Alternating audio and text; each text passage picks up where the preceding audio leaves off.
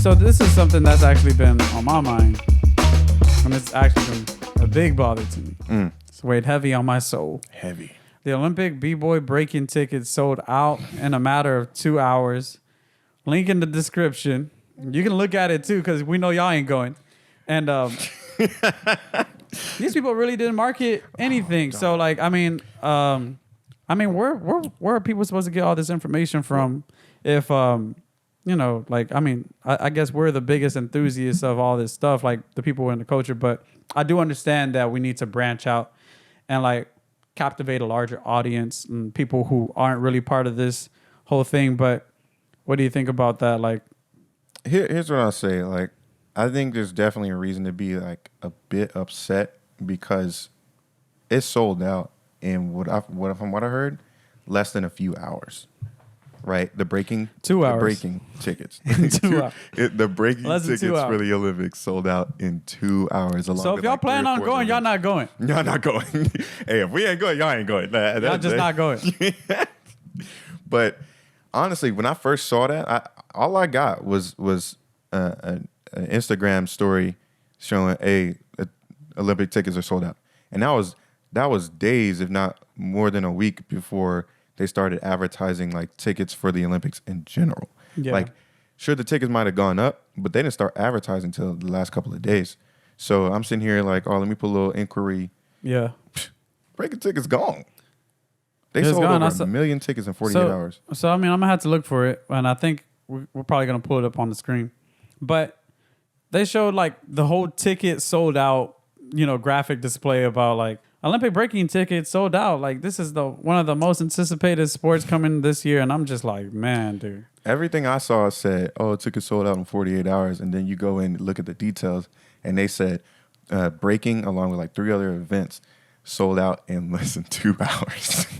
So I mean, like, how big is this stadium supposed to be that hold all these people, all the spectators? To be honest, I don't know, because, you know, the Olympics has like a bunch of different venues to hold all of these different events. Right. So we have no clue how big the amount of people it's going to hold for the breaking venue. But what I could say is, like, for breaking to be one of like 4 events to be sold out in the first 2 hours. F all them other events. Breaking was a part of the first things to sell out. That's crazy. Like, look, think about the amount of y'all attention. humans are gonna get me mad.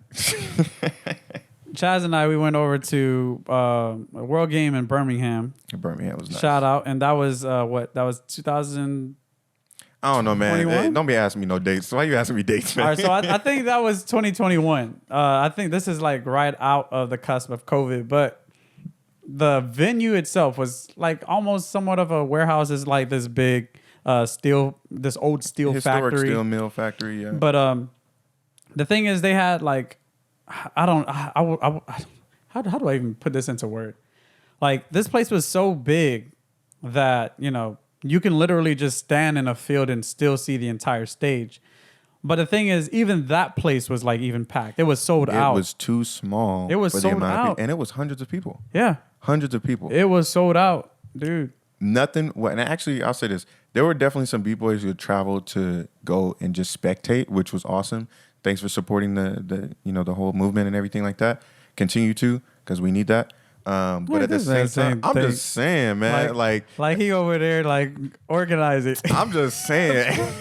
Thank you guys for showing up to the event. We need to show up to our own stuff. That's what I'm saying. Nah, I'm getting your time. But that's true. That's true. Because this ticket situation, like, we don't even know how many b-boys were able to buy those tickets. Well, I'm sure a lot of b-boys, breakers, and b-girls, everyone has been trying to get into some of these events, but it's kind of like we're like the last to know, like, in a way.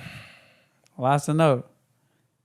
I don't know what to say about that. I ain't got nothing else to say about that. I don't know. I don't know.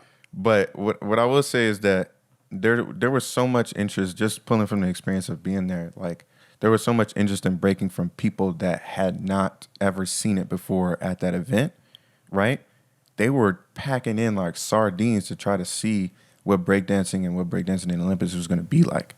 So if hundreds of people wasn't enough, right? And hundreds of people, you know, you have a jam that's that big. If hundreds of people weren't enough, And we've got all of these people that aren't even a part of the scene or aren't even a part of the circle of knowledge that it exists, trying to pack in to see that. Like, Right. what is going to happen when people that actually are a part of the community, plus all of those people that want to see it at the actual Olympics? Like, how many people really are going to try to get in that? Like,